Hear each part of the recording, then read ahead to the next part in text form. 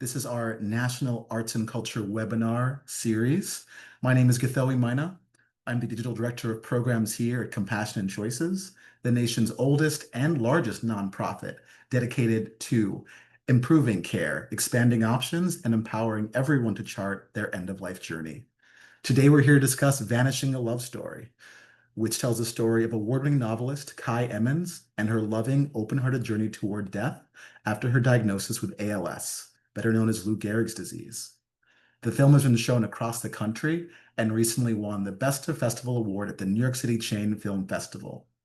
I am so excited to introduce our special guests, but before I do, I want to share a few housekeeping items.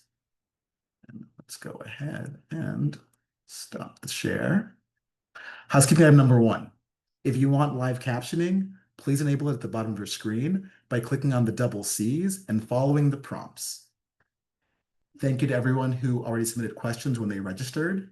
If you would like to share a question and ask something during the webinar, please put it in the Q&A box at the bottom of your screen. There is no need to raise your hand. We'll take questions directly from the Q&A function, and we'll get to as many of them as time allows. And lastly, this webinar is being recorded and will go out to all of you in the coming days, so you can view it again and share it with those in your network.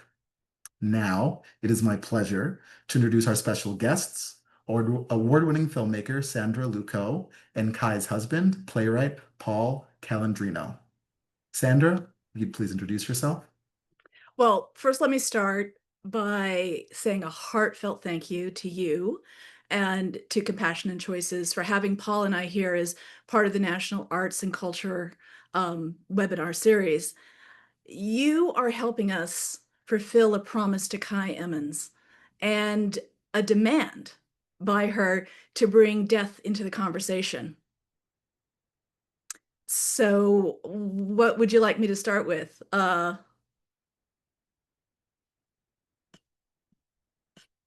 fantastic. Paul, do you want to introduce yourself next? Hi, everybody. I'm Paul Calandrino. I was Kai's husband, and I saw her through the diagnosis and progression of her ALS, and it was, as the rest of our life had been, a fascinating, eye-opening, beautiful experience. And I think Kai made the absolute best choice she could make for herself. And I fully advocate for people having choices at the end of their lives. Thank you so much, Paul. And throughout this conversation, you're going to hear about Kai, and we're going to actually give you a special preview of the film itself in a little bit. But first, Sandra, can you give us a bit of background about the film? Why did you choose this project and this topic? Well, I didn't necessarily choose this film. It sort of chose me.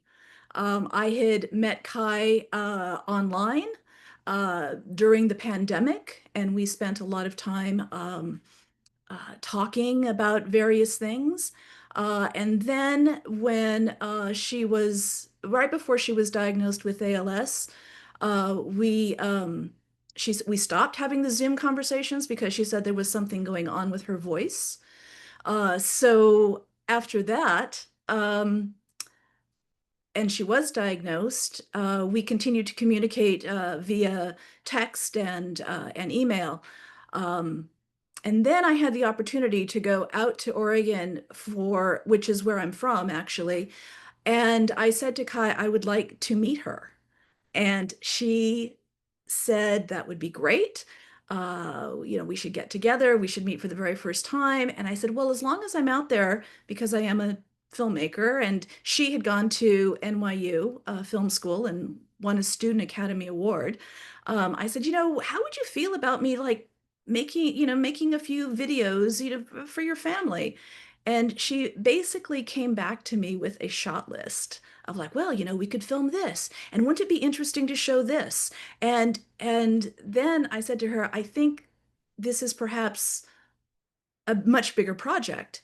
To which she responded, well, yes.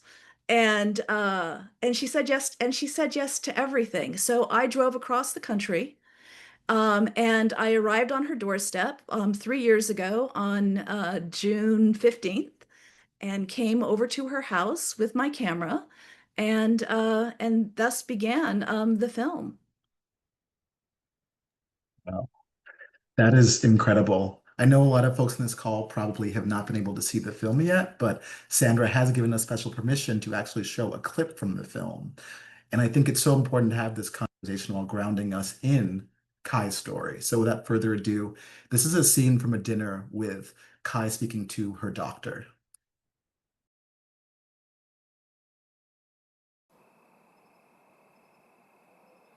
Go to the right there. Let me see your, oh, is that? Yes. Two behind you. When I saw you last, you had the things on your fingers. Oh, wow, really floppy, huh? You can really see that atrophy. Yeah. Yeah. You still have your amazing shoulders. So, I guess I should ask you some questions. Okay. Ooh. Nice, huh? Oh my gosh. Your glass. Well, the cats are all cools. Okay. Gotta make good use of our time. I want to know mainly how long it would take from ground zero to actually taking the potion. The requirements are that you have to be of right mind and you need to have a prognosis of 6 months or less. Do you have to take it right away, or can you hold on to it for a while? You can absolutely hold on. Yeah, once you have it in your possession, once you have the prescription in your possession, you don't have to fill it. And once you have the drugs, you don't have to use them.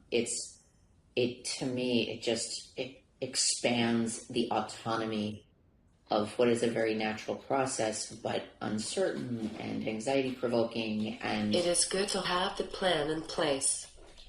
Do they have to be your own physicians? No, absolutely not. Absolutely not. It's become a bit of a mission of mine to bring death into our conversation. With your sisters?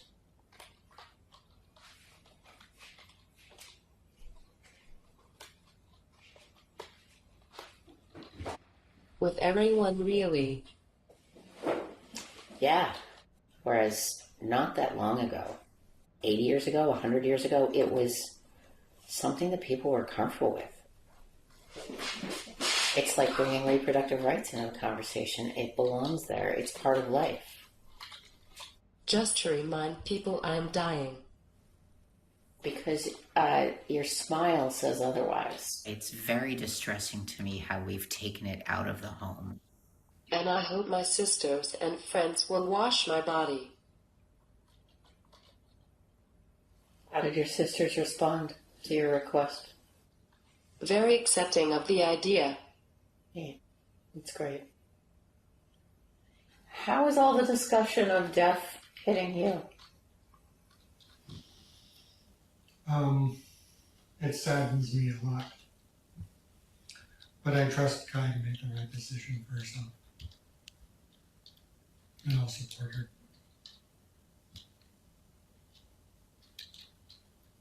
It's probably hard to be on the periphery as she brings it into the conversation with everybody else and to have to watch their responses. Yeah. That's why I busy myself with cooking while you guys are talking about it.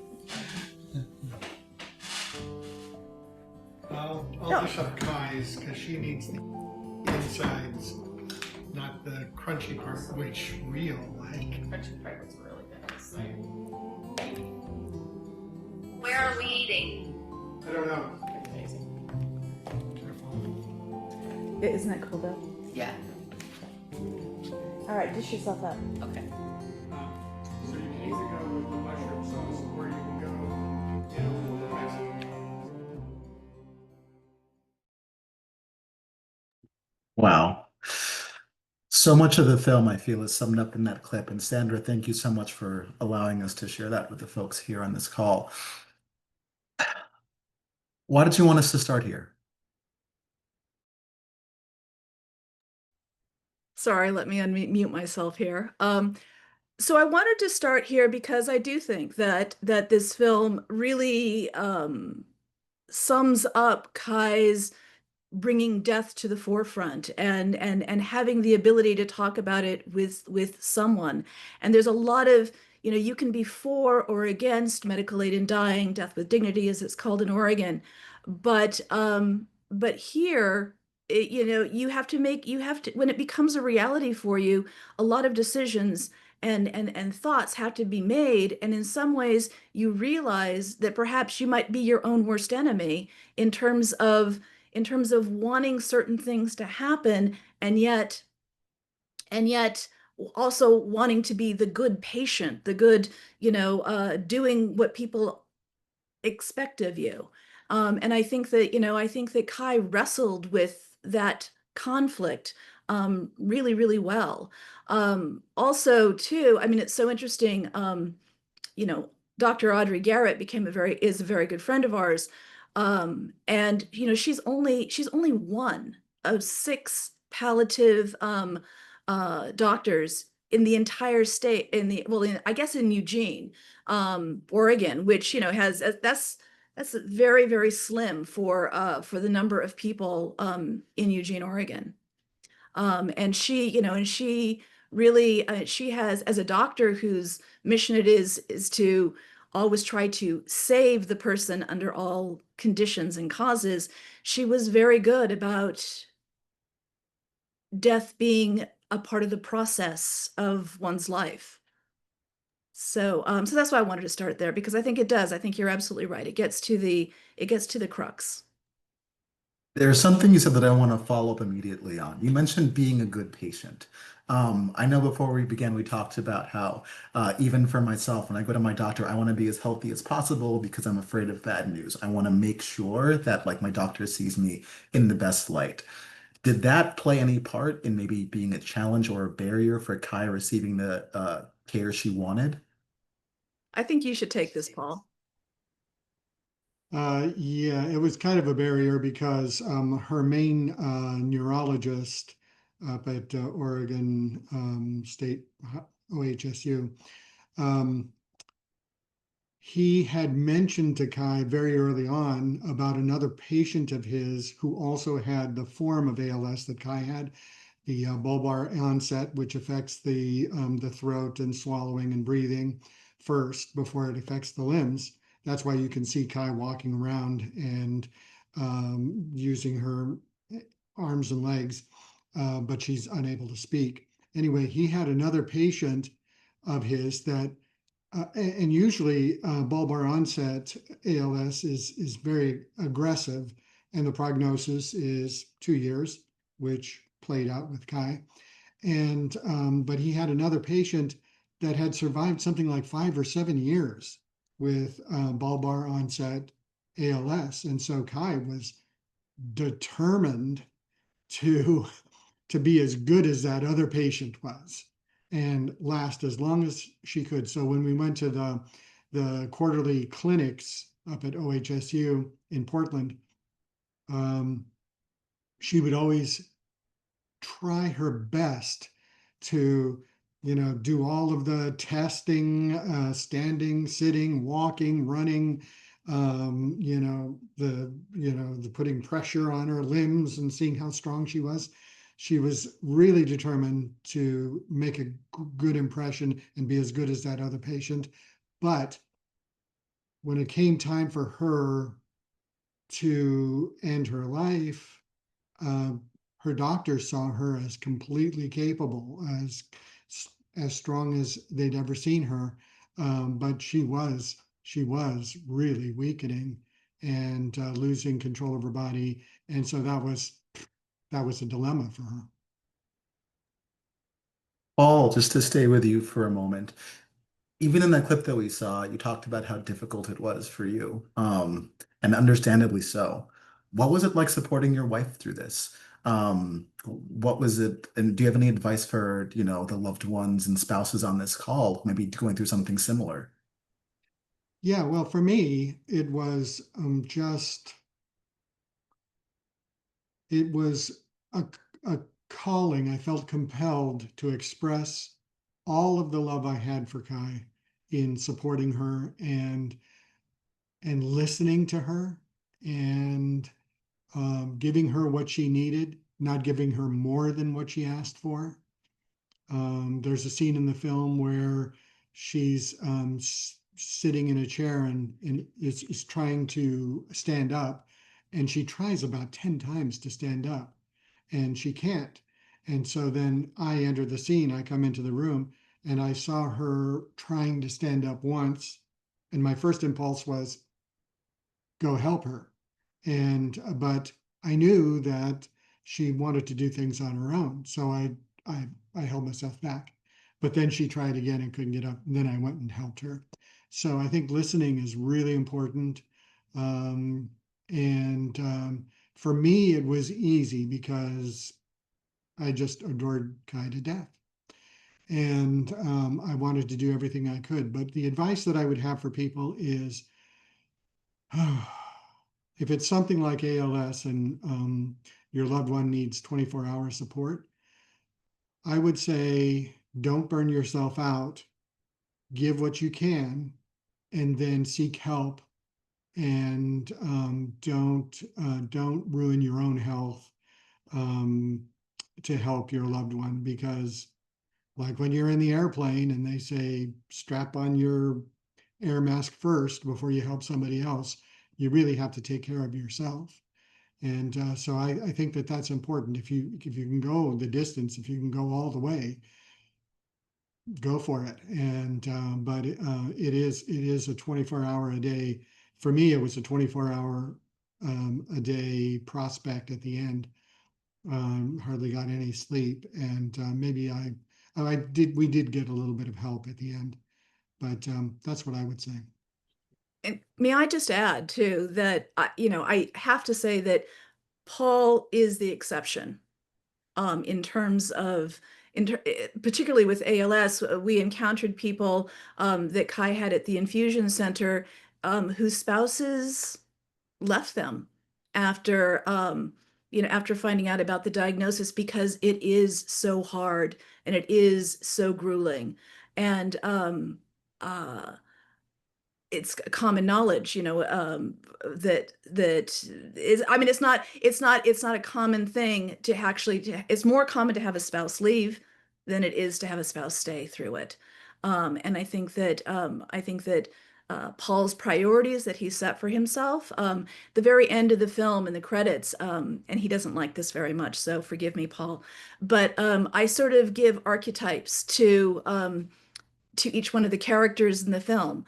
Of course, Kai is the star, but Paul is the hero. That's really powerful. And Sandra, if you weren't going to mention it, I would have. So sorry, Paul, that was coming up either way. But so much of this film is about agency. And during that clip, we even hear Kai saying, it's become a mission of mine to bring death into the conversation for everyone. Sandra, how do you think your film helps us advance conversations around death and end of life? I think that the film is like breaking the 4-minute mile. I think it's like landing the first triple axel in competition. Once that has been done, it's done a lot.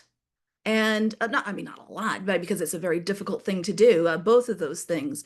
But it breaks through with something. And I think that, I mean, one of the Kai and I spent a lot of time talking about my cultural background. My mother is from Mexico, and Mexican heritage has a very interesting sort of tradition of Dia de los Muertos, where you never sort of lose your family. And as a matter of fact, on November 1st, you put out an altar of all of their favorite things with the idea that they're going to come and know that you remembered them. And I think that was something that was very appealing to Kai. And especially that, the colorful costumes, and it was really sort of the Dia de los Muertos that that really sort of set the color scheme for the film, and even sort of some of the images that are, that are in the film. And that did come from me, but it also came from Kai pointing out to me that that was what, she wanted. One of the things that's particularly difficult with ALS is, or bulbar onset ALS, was her losing her voice, because that, almost more than any other physical attribute, gives us a sense of who a person is on the inside. And when you have no visual uh, markers on the outside, when somebody has lost their voice, how do you show that the mind is completely as lyrical and as fast and as witty as it has always been? So that was a huge challenge that we sort of set out to solve, and to solve together, because the voice, we say we have agency when we have a voice. How do we have agency when we don't have a voice? That's really powerful. I mean, so much of the work we do here at Compassionate Choice is about making sure each individual can have their voice heard. And Kai, as a prolific writer, as a passionate advocate, talks in the film about how she says, maybe because I spoke too much, that's why I'm losing my voice now. She has a very tongue-in-cheek humor about her, which is absolutely fabulous. But you actually were able to get in touch with a technology company, and through the use of artificial intelligence, you were able to recreate Kai's own speaking voice. And actually, when folks actually watch the film, they see that a good portion of it is narrated through Kai's own voice using this AI technology. Can you speak to how you feel as an artist about how technology like this might impact the art, or how it might help patients who are in a similar situation as Kai's? Sorry, trying to unmute myself here. Yeah, so what we it's so serendipitous how this all came about. But as so when I arrived to film in Oregon, outside, the Ukrainian war had just started. And Kai had this ginormous Ukrainian flag hanging in support. And so when I saw this article that basically was talking about how Lucasfilms um, had discussed, well, and I have to, let me preface it by saying that Kai and I were constantly looking for ways in which she could express herself, that was more expressive than just the text to voice devices that she was using. And so I ended up finding this article in Vanity Fair that was talking about how Lucasfilms was using this Ukrainian voice company um, to create the voice of Darth Vader for future films.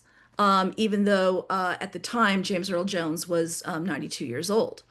And James Earl Jones had given permission. I mean, one of the things that both Kai and I loved about this film, or about the voice company, is that they were really ethically concerned about permissions, which is something that any artist who is delving into AI needs to be concerned about, and about intellectual property and all of that. And this company really, really sets the gold standard, because we are all going to be using AI in the future. What has been incredible about having this in the film is that now the company Respeecher is very interested in getting involved in using their voice technology for medical purposes, because it is the voice that defines who we are on the inside, in so many ways. And so it was this wonderful synergy that ended up developing. And because they are just so incredibly ethical, and set the standard, I have to say, I think that as an artist, it's a good thing in this particular interest. I want to be really careful about saying that. would I ever imagine myself using this technology in another film again? I'd have to say no, not at this point, because I can't imagine making a film that would warrant it in the way that this film did. And I think that that's a really important consideration, is that so much of this film um, was dictated by what the circumstances were. For example, I shot the entire thing, with the exception of the drone shots, I shot the entire thing on an iPhone 10. And I mean, it was a tricked out iPhone 10. I have to admit that. It had a gimbal, it had lenses, it had, there was separate microphones, etc. But it created the intimacy that we see within the film. I mean, I was on Kai's bed, I was on the floor, I was everywhere, as Paul will now tell you. Um, so I think that, in terms of being an artist, using this technology, I think it depends on what you're trying to accomplish. I would also like to add, using the AI voice for Kai's narration was completely ethical because Kai wrote all of that narration. It came out of her blog posts. As you say, she was a prolific writer, and she documented her entire experience um, after her diagnosis in her blog. And so Sandra was able to cull all this language out of the blog for use in the film. And so and Kai was aware of this as the film was being made, and so it was completely above board, and Kai was on board. I think it was difficult for some people in the beginning to hear the voiceover, because I mean, but they hadn't actually heard Kai speak in 2.5 years. And I think it's interesting because even I, listening to it, really not having spent much time knowing Kai with her voice, I was like, really, is that Kai? Because I was so used to hearing the synthetic voice, or I'm not, sorry, the text to voice machine that she used.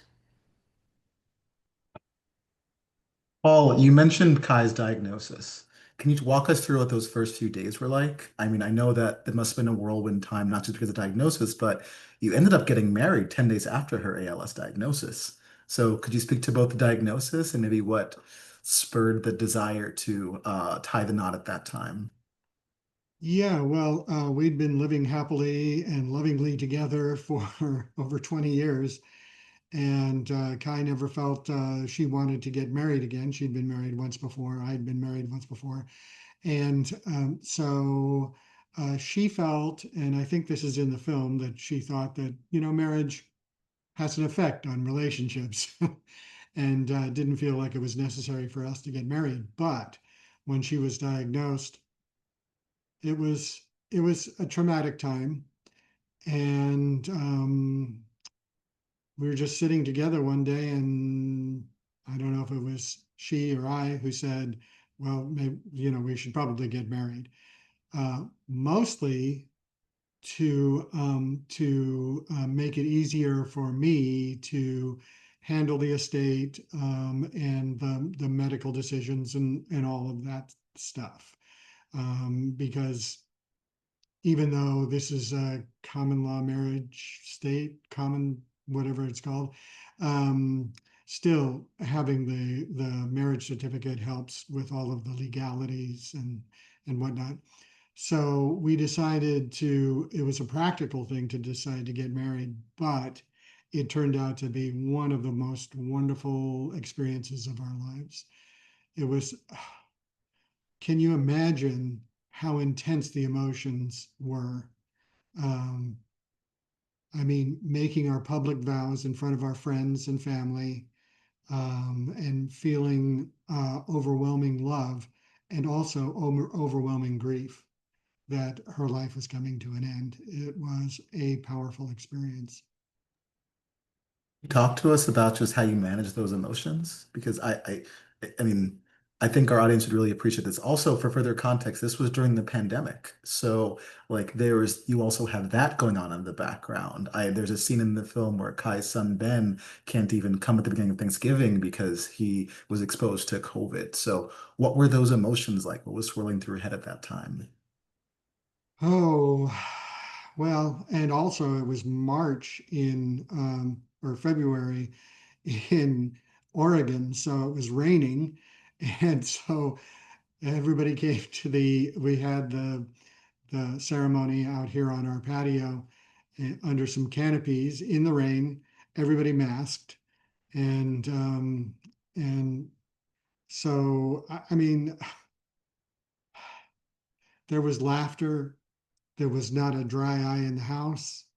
Um, it was just powerful for everybody. How do you deal with those kinds of emotions? You just go through them. You power through them.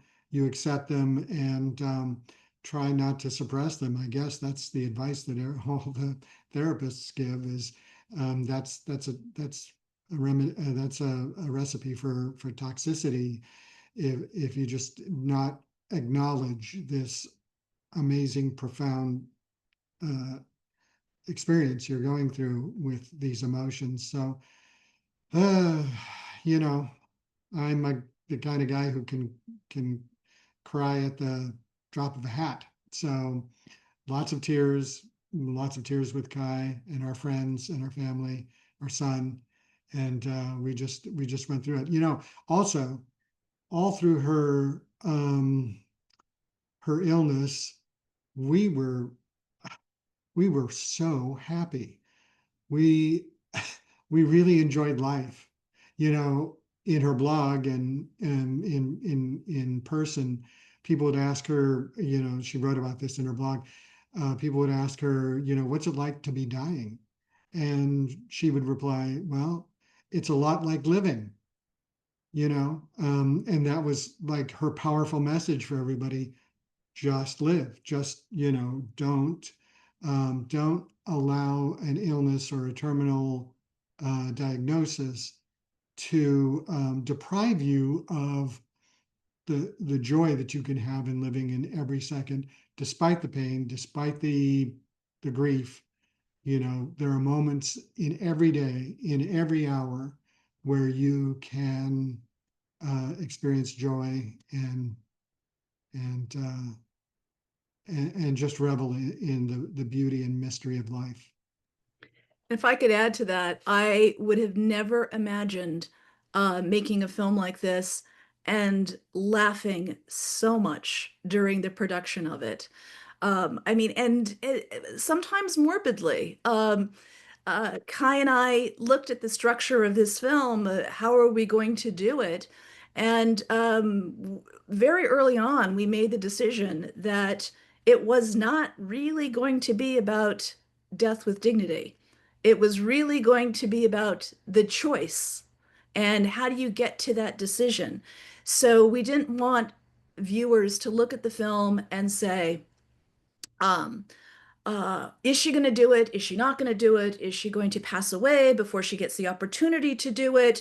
Is she going to, are they going to deny her the ability to do it? I mean, all of the things. So one of the things that we did was we put the death with dignity right up front. It's the first thing that you see in the film. Um, Kai is fixing her hair, making sure she looks camera ready. But and then once that happens, then it really becomes sort of this joyous celebration, if you will, of how we get to that point.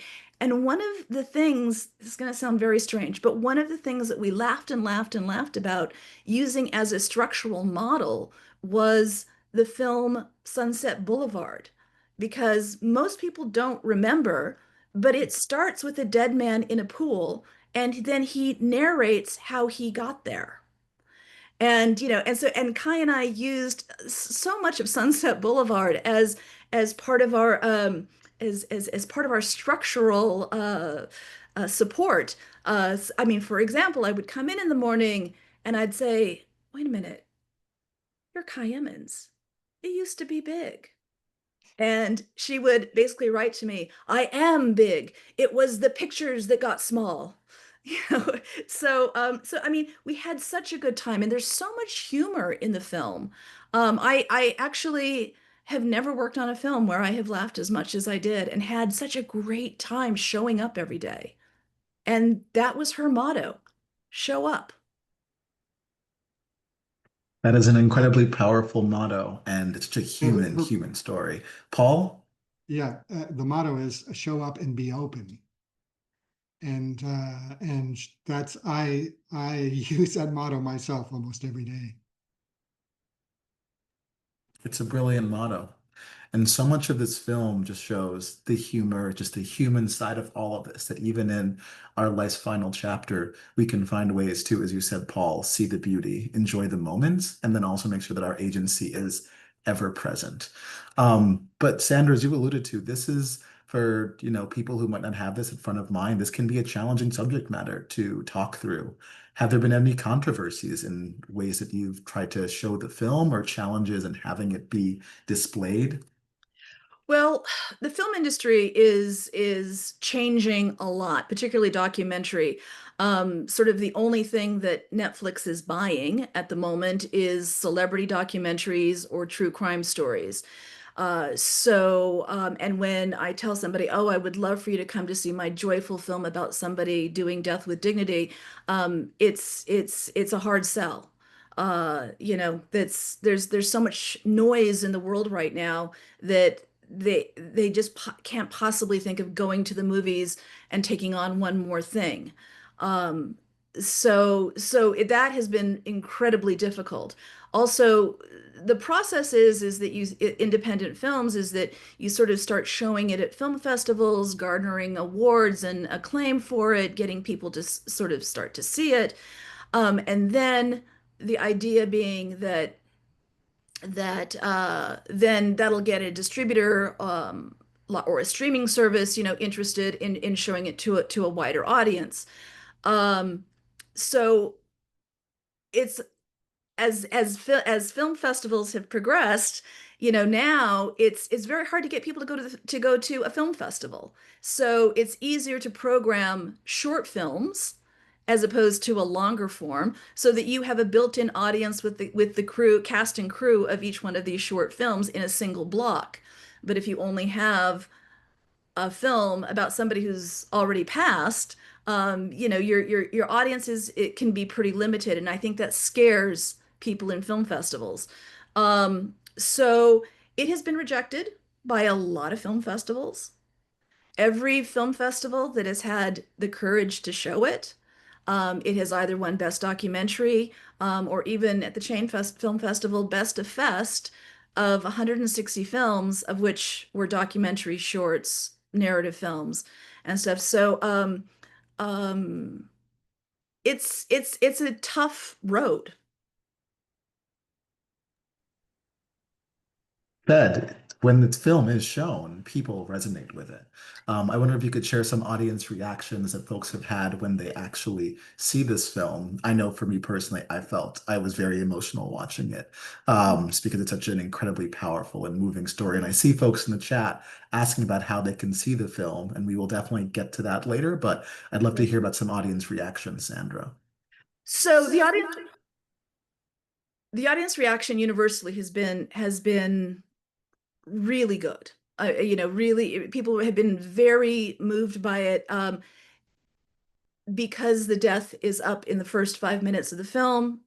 There is crying in the first 5 minutes of the film, and at various points afterwards. But I can tell you exactly where the first laugh will come with people who have never met Kai, and then there is consequent laughter throughout. And I think that absolutely disarms and surprises people. And humor does make almost anything more palpable.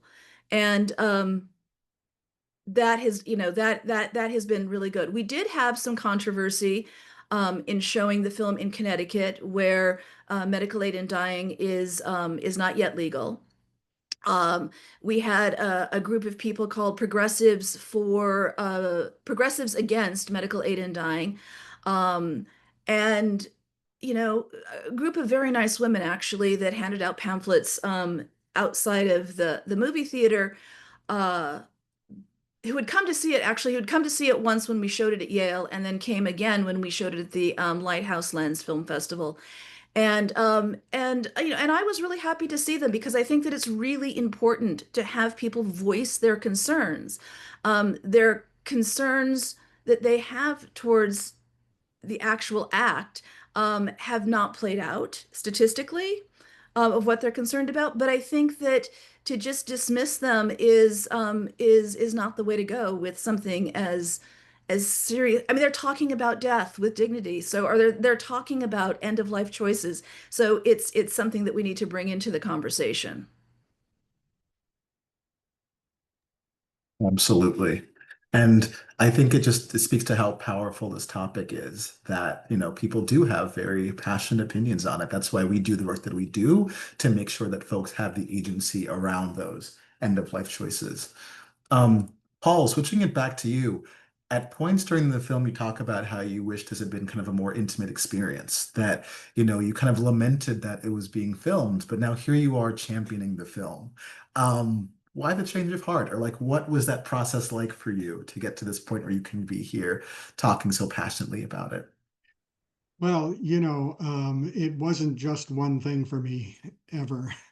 I was always behind the film because I knew Kai wanted to do the filming. I was personally, I felt that the very end when Kai took the life-ending drugs, I thought that that was not something I felt like I wanted to be on film for. And so it was conflicting, desires for me. And but always my personal feeling about it was overridden by how what Kai wanted. So and I was very clear about that all the way through the process. And she wanted it filmed, and so there you have it. Um, and I was always an advocate for filming it because it was kind of Kai's almost her last creative act was to participate in the film. Her last creative act was that on the morning of the Death with Dignity, she sent her final novel, her manuscript, to her agent. She had just finished it that day, and that's how engaged she was in life all the way up to the end. So here we are, we're setting up the Zoom for the Death with Dignity. And I'm dealing with Kai's physical issues that morning and whatnot. And we finally get her into bed where it's going to take place. And there she is on her computer sending her manuscript to her agent. Please send this out to publishers. And she never knew whether her agent was going to take it on, whether it was going to get bought. It did eventually. Red Hen Press is publishing the novel. It comes out in October. I'll put some links in the chat where you can pre-order it. But isn't that amazing? That on the day that she was ending her life, she was still engaged with life and sending off her manuscript, doing the thing that she loved the most in the world, which was to write. Can I add one little anecdote about Paul's commitment to, which I probably will start crying again. Every time I tell this story, I cry. But Paul's commitment to Kai's agency, which for me, is really sort of at the heart of the film, particularly because she lost her voice when he put her to bed at night and they had to go through this whole very long process. One of the things that she had to do, or that she wanted to do, was to take gaffer's tape or electrician's tape, I think it's gaffer's tape, and put it over her mouth so that, because her tongue was inert, and so her mouth would dry out with this thing that she had, this mask that she had on, and everything. And so that act of putting on the tape to silence her, for me, was like one of the saddest things of the entire movie. But the way that Paul did it to help her do that is he took the tape, he put nice little handles on each side of it, and then he handed the tape to Kai. And then Kai put it on her own mouth. And to me, that was like the most beautiful demonstration of love for another person going through this that I've ever seen in my life. And it's so incredibly powerful. And I mean, the film is called Vanishing, a Love Story because the love is so palpable there. Kai and Paul's love is absolutely fantastic, and it's just so palpable. And I think that it sets the backdrop for this entire movie. Paul, I think you're described as like a project manager of the household and the entire process because you're doing everything to support Kai during this process. May we all be so lucky to have a support system like that. And speaking of the support system, I think you mentioned a little bit of the medical team that was supporting Kai. Paul, can you talk to what it was like working with them? Were they supportive of her decision to um, consider medical aid in dying in Oregon where it is authorized? Or were there any barriers there? There were no barriers really. As we mentioned earlier, there was the one barrier of Kai wanting to impress her doctors, so that when it came time when she knew that she was headed toward ending her life, she had to convince the doctors that she had less than 6 months to live. And that's they hadn't seen anything like that. They thought she was robust and health, able to manage, walk, and feed herself and all that. So, but Kai knew her body better than anybody else, and so no, all along the way, people were really, really very helpful. And then when Kai made the decision to, we had just gone to one of the clinics in Portland, and she'd gotten great reviews, a great grade from her doctor. But then she had to email her doctor and say, look, I know you think I'm strong or you think I'm, doing well, but I know that I'm not. And so I would like you to give me the 6 month prognosis. And he wrote back immediately and he said, I'll do anything for you. So, so yes, no, it was very positive. We didn't have across the board great experiences with the medical establishment, but mostly it was good. It's fantastic. And I know we're only have around 12 minutes left, and I do want to shift to some of the audience questions. But I think that the question that we're getting most out of everything here is when can we see the movie? Sandra, do you want to speak to opportunities that folks can actually have to see it either in their community or on demand? So, in New York on September 17th through the 21st, and we don't have an exact date yet, the film is going to be shown at the Harlem International Film Festival, at the Maysles Documentary Film Center. It's at the Richmond International Film Festival, the 23rd through the 28th. And the good thing about that festival is that it's going to be shown video on demand. So you don't physically have to go to Richmond. Anywhere throughout the United States, you go to the film festival site, and I think it's $5 to be able to see Vanishing during the 23rd through the 28th. And then you can vote for it for Audience Award, which would be awesome. We have a screening coming up in October sometime. October sometime in Los Angeles at the Pembroke Tapulary Arts and Film Festival. There's going to be a Voices Rising screening that's coming up, but mostly it's, I mean, as I said, a lot of film festivals that I thought we were an easy getting into, we have not gotten into. So that's all that I have right now. Paul and I are planning to show the film in Eugene, Oregon, the publication of her book. I think it'll be a nice prelude to then buying the book and seeing what she was thinking while she was going through this. Um, but right now, I mean that's it's kind of limited until we can get a distributor on board. I think what I'm hearing is the more folks actually watch this and the more that actually say they want to see it, the easier it'll be for it to happen in your region. And I'm seeing a lot of really helpful comments from folks who either know of film festivals, know of distributors. This is why we do the work that we do. Thank you so much, everyone in the chat, for being so passionate about this. I think you can see Sandra, Paul, and Kai have put so much effort into this film and sharing this story. And I appreciate everyone here for matching that enthusiasm and energy.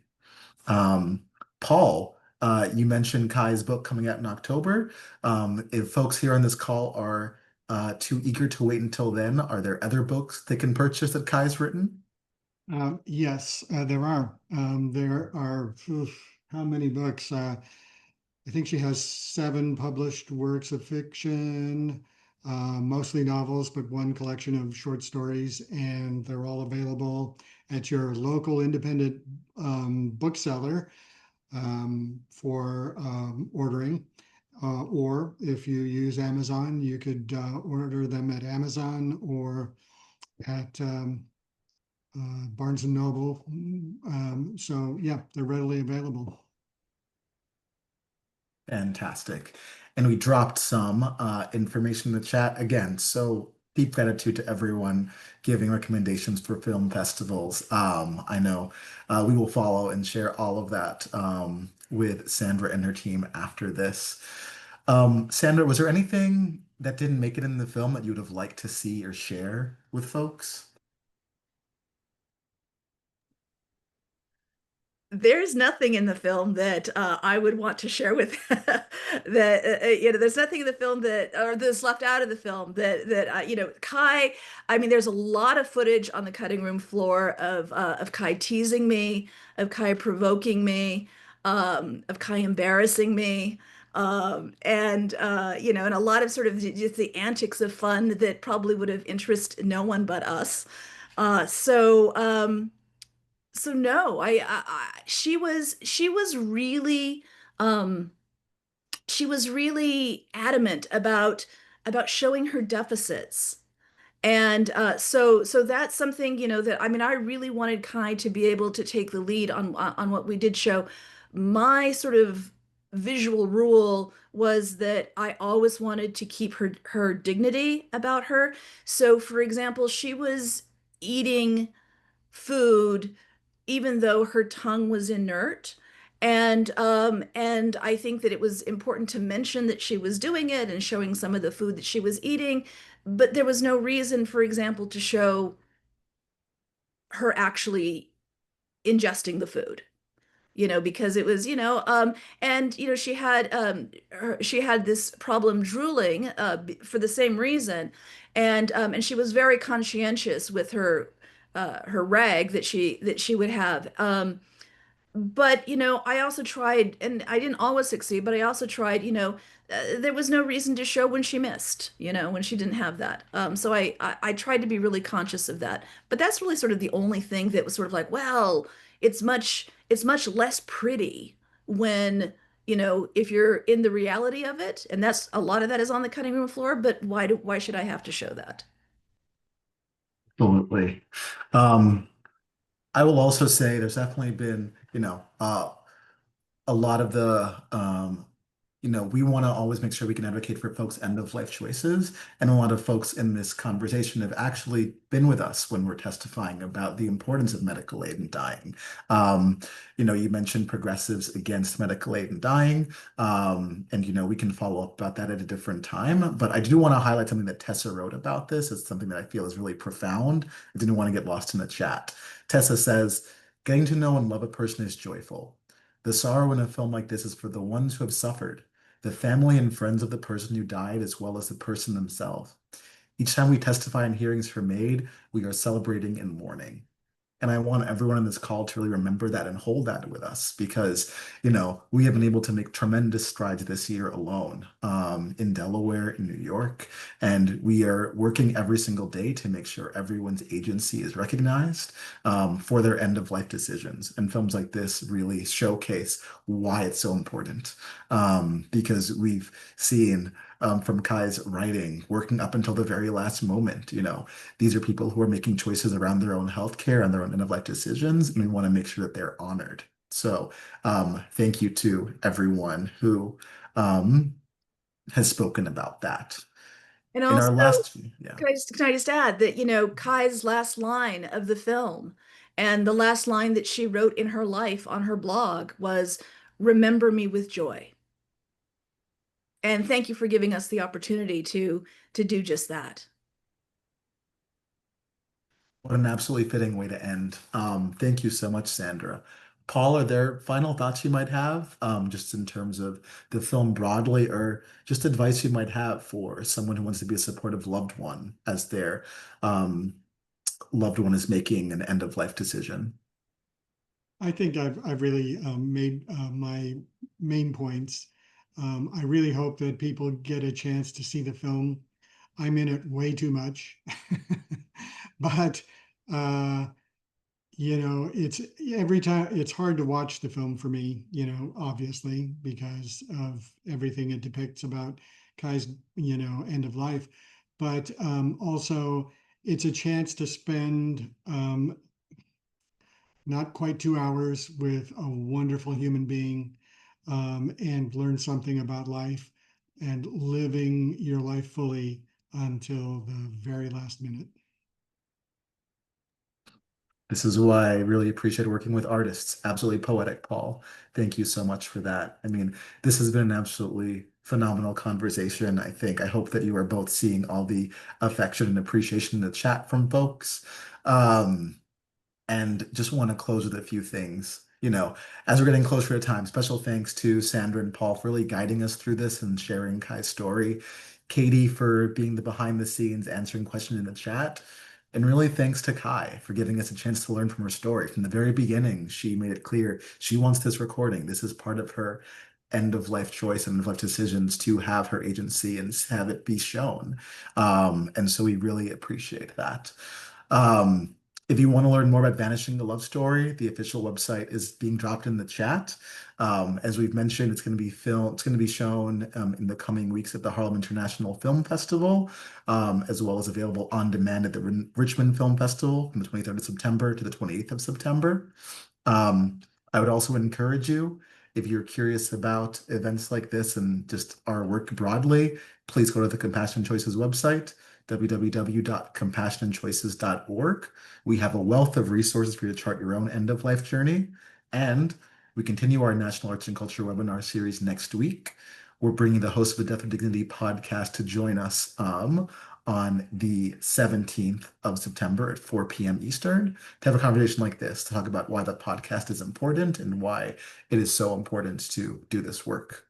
And finally, if you appreciate today's content, please follow Paul and Sandra on their websites and consider making a donation to Compassion Choices today at compassionchoices.org/donate.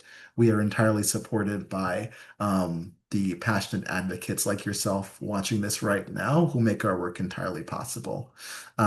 Sandra already beat me to the punch, but Kai's last line in the film, being "Remember Me with Joy," is, I think, the most fitting way for us to end this conversation. And thank you so much to everyone for joining us and for being here with us. A copy of this will be available to you in the coming days so you can see the full recording. But if you have any questions, please feel free to reach out to us at info@compassionchoices.org. And we'll be happy to forward any of the comments and questions you have to Sandra and Paul. Thank you so much, everyone. Thank you.